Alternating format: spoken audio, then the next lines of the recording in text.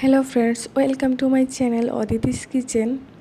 আজকে আমি হাজির হয়েছি দুর্দান্ত স্বাদের পটলের রেসিপি নিয়ে। তো এই রেসিপিটি করার জন্য আমি এখানে কচি পটল নিয়েছি। এই রেসিপিটির জন্য কচি পটল নিলে ভালো হয়। পটলগুলো দেখুন এভাবে খোসা ছাড়িয়ে নিয়েছি।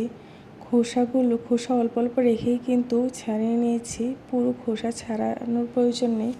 এবার এগুলোকে লবণ হলুদ দিয়ে ভালো করে মাখিয়ে 10 মিনিটের জন্য একটি সাইডে রেখে দিচ্ছি।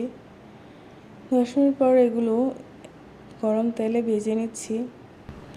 পটলের এই রেসিপিটি রুটি বা পরোটার সাথে অথবা পোলাওর সাথে খেতে ভীষণ ভালো লাগে।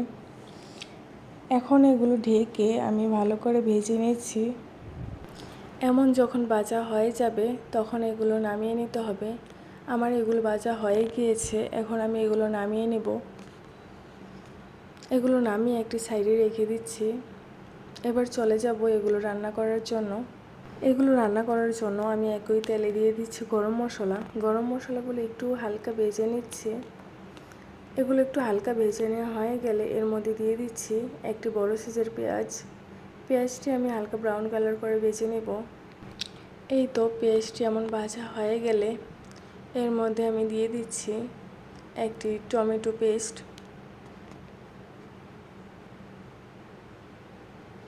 এই টমেটো পেস্ট দিয়ে একটু কষিয়ে নিতে হবে।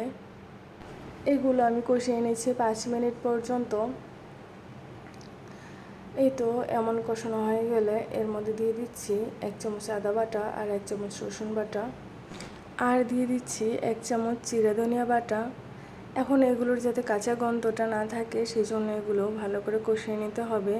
মশলাটি যত ভালো করে কষানো হবে রেসিপিটি ততটাই পারফেক্ট হবে। এখন এর মধ্যে দিয়ে দিচ্ছি 1/2 চামচ হলুদের গুঁড়ো, স্বাদ মতো লবণ, 1 চামচ মরিচের গুঁড়ো।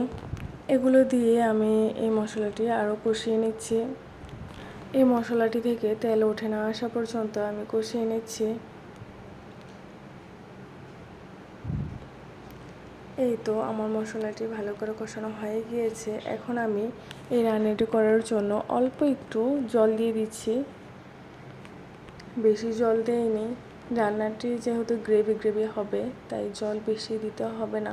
জল দিয়ে আরও 5 মিনিটের মতো এটি রান্না করে নেব। চুলাটি মিডিয়াম আঁচে রেখে 5-10 মিনিট পর এগুলোর মধ্যে দিয়ে দিচ্ছি সেই বেঁচে রাখা পটলগুলো দিয়ে এগুলো আরও কিছুক্ষণ রান্না করতে হবে। এগুলো নেড়ে চেড়ে আরও কিছুক্ষণ রান্না করতে হবে। এই তো এই পর্যায়ে আসলে আমি এর মধ্যে দিয়ে দিচ্ছি কাজু বাদাম বাটা আর দুধ মিক্সড। এগুলো দিয়ে আমি আরও 5 মিনিটের মতো রান্না করে নিচ্ছি ঢাকনা দিয়ে ঢেকে। এই তো এগুলো আরও কিছুক্ষণ রান্না করে এমন গ্রেভি হয়ে গেলে এর মধ্যে আমি দিয়ে দিচ্ছি 1 চামচ গরম মশলা গুঁড়ো।